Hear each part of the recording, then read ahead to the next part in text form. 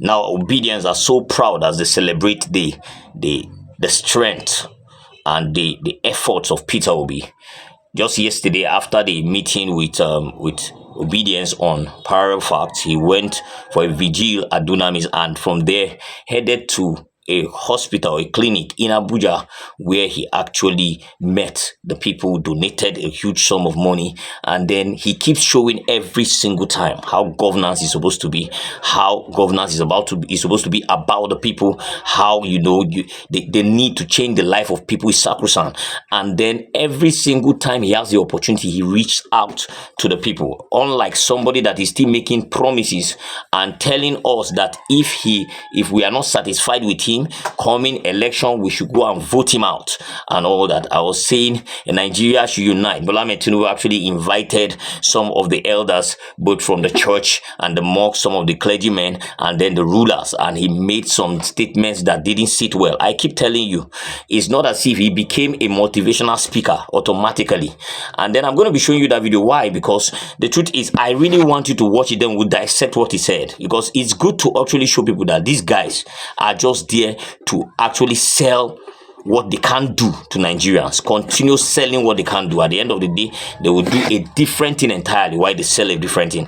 It's good you hear it. I'm going to be playing that video in the jiffy, but before I do that, I think in River State, let me quickly say this: the people are at the receiving end of suffer, because the banter between Fubara and Wike keeps going on. While Fubara is silent, Wike has been making noise all over, and now every single time he goes there to go and make the noise, one exposition or another comes out to show how terrible, how inhuman that man is, and how he actually swallowed the money of River State. I'm going to be showing you a video right now. You watch it, and then when we come back, we can actually keep talking about it. Please watch. To be the best in West Africa, the cancer and cardiovascular hospital. That is the worst hospital so far built, and I think it's important for Julius Berger to call Wike to attention, so that he will not make some of us to expose the incompetency of Julius Berger. That hospital that is cancer hospital, that hospital that is supposed to take care of heart problem, do not have a radiotherapy section in their design and implementation. That hospital that he's talking about do not have a cancer hospital, does not have a chemotherapy section. I bet with anybody, I'm challenging the media in Nigeria. Come, let's go and take a confirmation tour of the place. If those things exist, I bet my integrity and I submit myself to the police for prosecution. And ask yourself, how can a cancer center function without the radiotherapy, without the chemotherapy section? And the worst of it, Wike should hide himself in shape. The fact that some of us have not spoken is because we are now elders. At 60 years, we have to condole, and we want the peace of River State. A man who concluded building a government who concluded building an hospital with Rivers people's money, running into billions, equipped it with running into billions, entered into a management agreement with the consultancy firm he brought, and signed an agreement that at the end of the day, the profit sharing will be 97% of the consultancy firm that he brought, and 3% only River State government. 97 for managing the place percent, and those who actually brought out the money to build it will have only 3%. He should hide himself in faith. We will not want to go back into it. It's time for him to learn to be quiet the way the governor is quiet, so that we can enjoy peace. Not to come week after week to create tension in this. It's time for him to stop insulting North, either by words or by action. Because each time he does that, he's agitating the minds of Rivers people. And at the end of the day, it will be very difficult. There's a proverb that says that if a child goes to the dustbin to disturb the dustbin, either he will have a laceration or a punctured wound. Now you've seen it, right? Yes.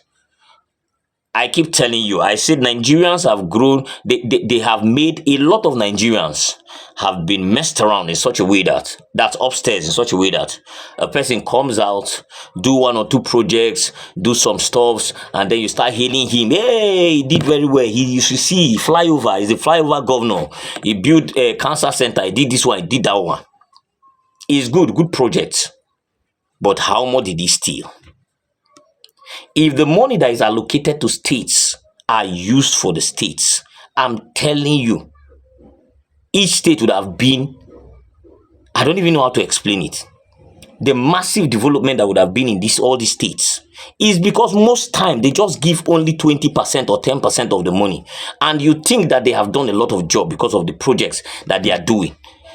You think that they have done a lot of, but at the end of the day, they are not doing nothing. Doing nothing. They will do a little and eat the largest share and then come out and boast. This is same wicked that is doing roads in Abuja that are good. He will just say, okay, retard this road that are good. Just for, I don't know whether it's madness or fun. But there are places in this Abuja that you cannot see, the places that need a lot of fixing, but no way. Instead, go and cover roads that are good. Cover it with more quarters. Create road on road. So that tomorrow, where the president will pass through and say, this guy is working. Consistent criminalities. It's unfortunate the whole thing is not working as planned. How he wanted to wreck that state. And then it's not working as planned. And at the end of the day, they are coming out to expose him on a steady. But I keep saying it.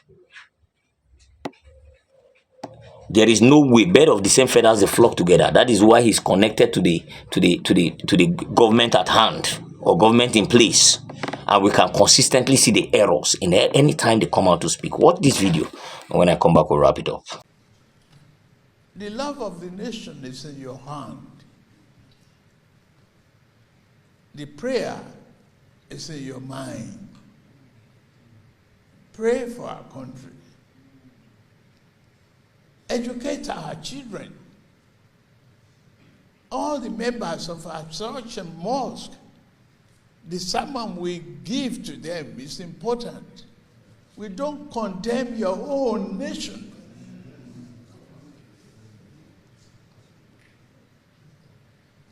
I'm a Yoruba man, and our father will say, no matter how slippery the bottom of your child, leave the bead there.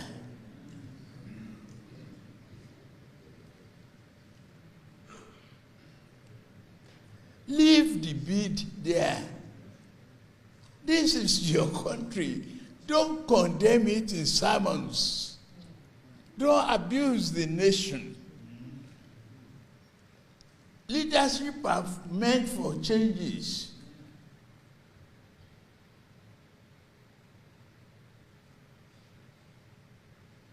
Yes, this leader is bad, fine.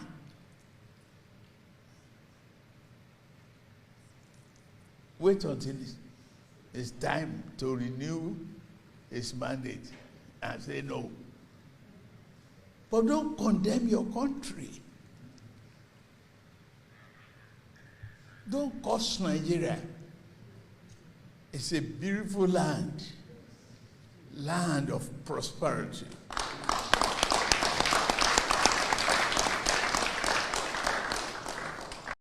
Now you've seen it, right?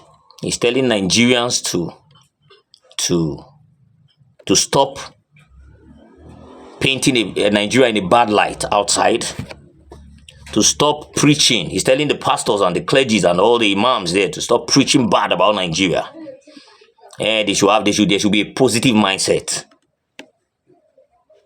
Now, positive mindset is, when people see that there is a plan you have, and then you are working towards that plan and things are changing, then they will start having a positive mindset. It's just like Abia State now. Oti don't need to come out and speak good about Abia. No. All his workings, his doings is showing that yes, this man has a cut out plan that is heading these people to the promised land. At the federal level, what have you done to show that yes, you have a clear-cut plan that will make people say, okay, fine, there's a serious improvement in Nigeria, and then yes, the president has a plan? Nothing. And you want people not to say it the way it is. That if they feel you are not good enough, they should vote you out when you come back in 2027. The problem is that they come out and preach, try to convince Nigerians that they are working, but deep down, Nigerians are not seeing anything. You preach a message, and at the end of the day, what Nigerians see are just confusions everywhere, and theft, and corruption, and fraud going on. Look at the budget. Nigerians have complained so much that this budget you people are doing, all these cars you people want to buy, is not necessary. All these houses you want to renovate is not necessary. You can use this money and increase agriculture. You can use this money and fight insecurity. You can do a lot of things. But no, they want to do their thing the way they want. They feel like doing it. Keep the poor in abject poverty. Make them to suffer, and then let the people not go out and say it the way it is. So you should keep quiet and keep living in denial, or keep saying, no, it's going to be well, when you know clearly that there's nothing that is on ground for it to be well. That is the highest level of criminality. I keep trying to judge his speeches. If it was somebody that had started making attempt at doing good, we will say, wow, yes, there's an improvement.